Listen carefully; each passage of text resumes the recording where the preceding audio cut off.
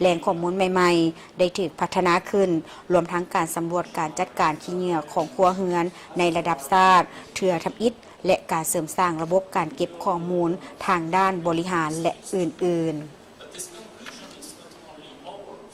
ในวันที่26 มีนาคม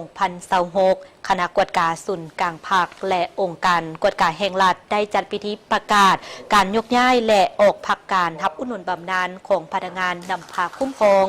เข้าร่วมในพิธีดังกล่าวโดยสหายวันไซพงศวรรณกรรมการกรมการเมืองศูนย์กลางภาคคณะเลขาธิการศูนย์กลางภาคประธานคณะกวดการศูนย์กลางภาคประธานองค์การกวดการแห่งรัฐและหัวหน้าองค์การต้านการโจรบางหลวงศูนย์กลาง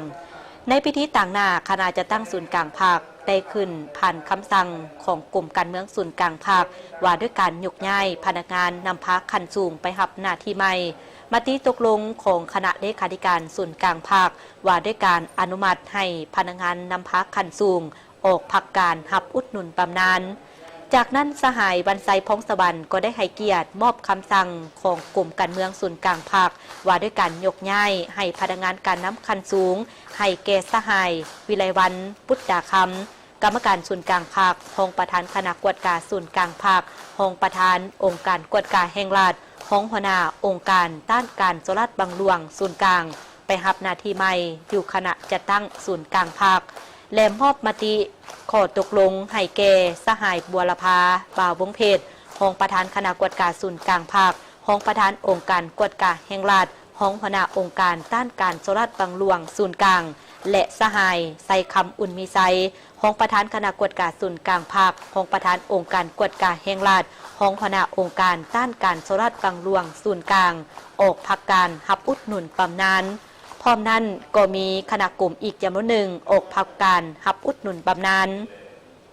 โอกาสนี้สหายบรรไซพงศวรรณได้ให้เกียรติมีคำเห็นโอลมและแสดงความย่องยอสมเสยต่อสหายที่ถึกยกย้ายและบรรดาสหายที่ได้ออกพักการรับอุดหนุนบำนาญการยกย้ายแมนลักการกลไกหนึ่งในการสับซ้อนหมุนเวียนพนักงานย้อนความต้องการของหน้าที่เวียกงานเพื่อให้บรรดาการน้ำคันสูงได้เหียนหูเวียกงานในหลายโครงเขตเพื่อสืบต่อนภาพเวียกงานของพรรคของรัฐต่อไปสำหรับบรรดาสหายที่ได้หับการพักการหับอุดหนุนบำนาญแมนอิงไซนโยบายระเบียบการอิงไซ